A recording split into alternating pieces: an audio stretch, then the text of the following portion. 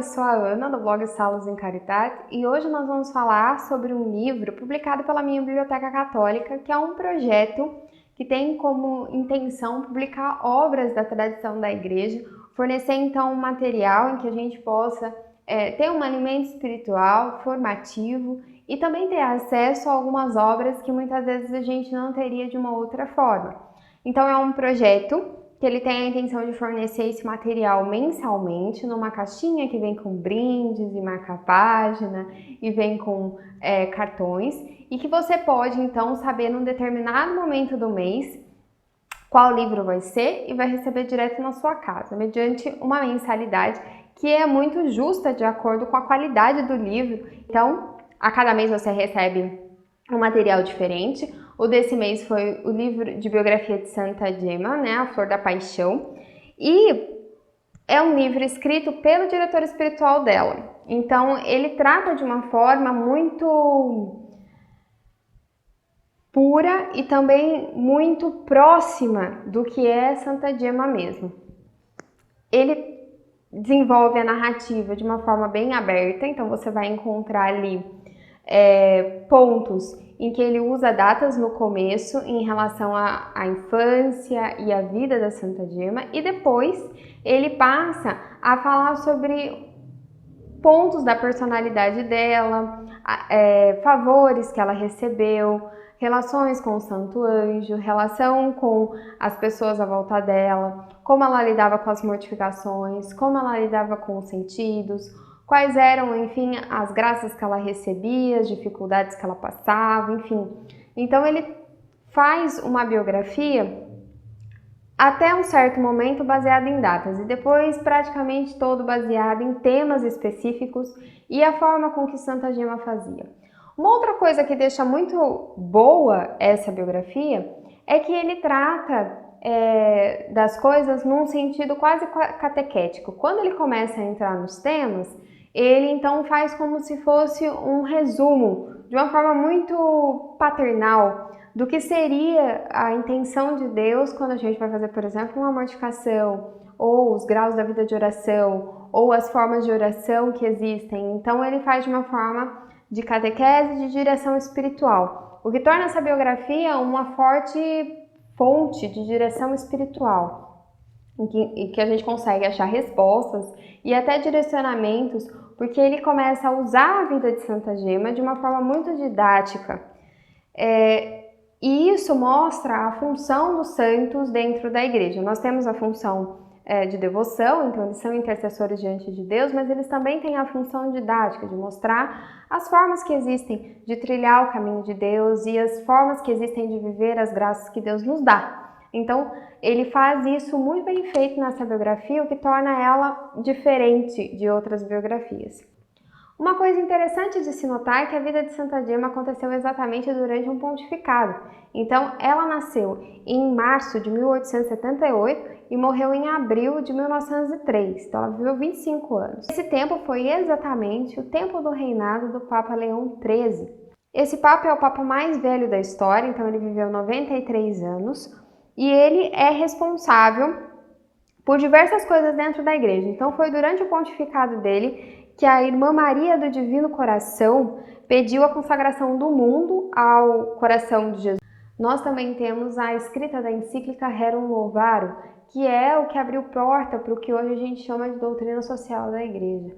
E a gente tem que lembrar, Santa Gemma foi celibatária, então ela viveu o celibato no mundo. Embora ela quisesse muito entrar numa ordem, o diretor espiritual dela não autorizou em momento nenhum que ela entrasse numa ordem ou entrasse no convento, porque ele achava que não era o momento dela entrar. Então, durante os 25 anos, ela viveu misticamente a união com Deus e todos os favores que Deus dava como celibatária no mundo. E também foi o Papa Leão XIII que entregou a Rosa de Ouro à nossa princesa Isabel por assinar a Lei Áurea, que libertava os escravos da escravidão. Também foi ele que declarou o tomismo como filosofia oficial de todas as escolas católicas. Muito bem, então você pode perceber que esses 25 anos em que Santa Dima fez as mortificações, ela passou por muitas tribulações, ela teve uma vida que, lendo a biografia, a gente consegue ver nuances. Uma entrega e um abandono na misericórdia de Deus muito parecida com Santa Faustina, as lutas com o demônio, que não deixa nada a desejar a São Padre Pio. Então, existem um aglomerado de coisas na vida de Santa Dima que faz com que a gente tenha uma leitura que, para mim, é uma daquelas leituras que preenchem, assim, um tantinho do nosso ser. Então, na minha percepção, existem, assim, dois tipos de biografia de dois tipos de santos diferentes. Existem aqueles que eles foram se convertendo, e a biografia, então, é composta de diversas formas de conversão, de conversões grandiosas, e existem aqueles santos que já nascem, assim, não aqueles já nascem prontos, mas existem aqueles santos que recebem graças muito pequenos, como é o caso de Santa Dima, e que passam por outros processos de conversão e por outros aperfeiçoamentos. Tanto um tipo de biografia como outro tipo de biografia acaba tendo um estímulo diferente na nossa alma. A biografia de Santa Dima é aquele tipo de biografia que você vai lendo e vai parecendo que você vai enchendo, assim, você vai ficando um pouco maior, parece que vai te alimentando por dentro. Então, é esse tipo de biografia a da vida de Santa Dima. E não sou só eu que digo, muitos cardeais já chegaram a dizer isso, que dentre as biografias, a de Santa Dima é uma que ela realmente causa uma certa fortificação espiritual. E é claro, é importante que a gente leia a biografia porque a gente sabe que muitas vezes a gente vive num mundo em que é muito cheio de orgulho e muito cheio de si mesmo. E quando a gente vê a vida dos santos, a gente percebe a discrepância que existe entre a nossa doação e a doação tão completa que eles tiveram. Para que você tenha ideia, então, do tesouro desse livro, eu vou te falar alguns pontos que eu marquei, dos diversos pontos que eu marquei nesse livro. Então, o primeiro está na página 142, que é quando ele explica a feição característica da santidade de Santa Dima. Qual seria a virtude que Santa Dima mais se especializou, digamos assim? Que é um ponto importante. A santidade é justamente o aperfeiçoamento em uma virtude, não que deixe de se exercer as outras. Então, além do espírito essencial da santidade, comum a todos os justos, há um espírito particular próprio de cada um deles. O primeiro consiste na posse de todas as virtudes ensinadas por Jesus, protótipo de toda a santidade. O segundo consiste na profissão especial dessa ou daquela virtude, que é como que a vida e alma de todas as outras e constitui a fisionomia pessoal de cada santo.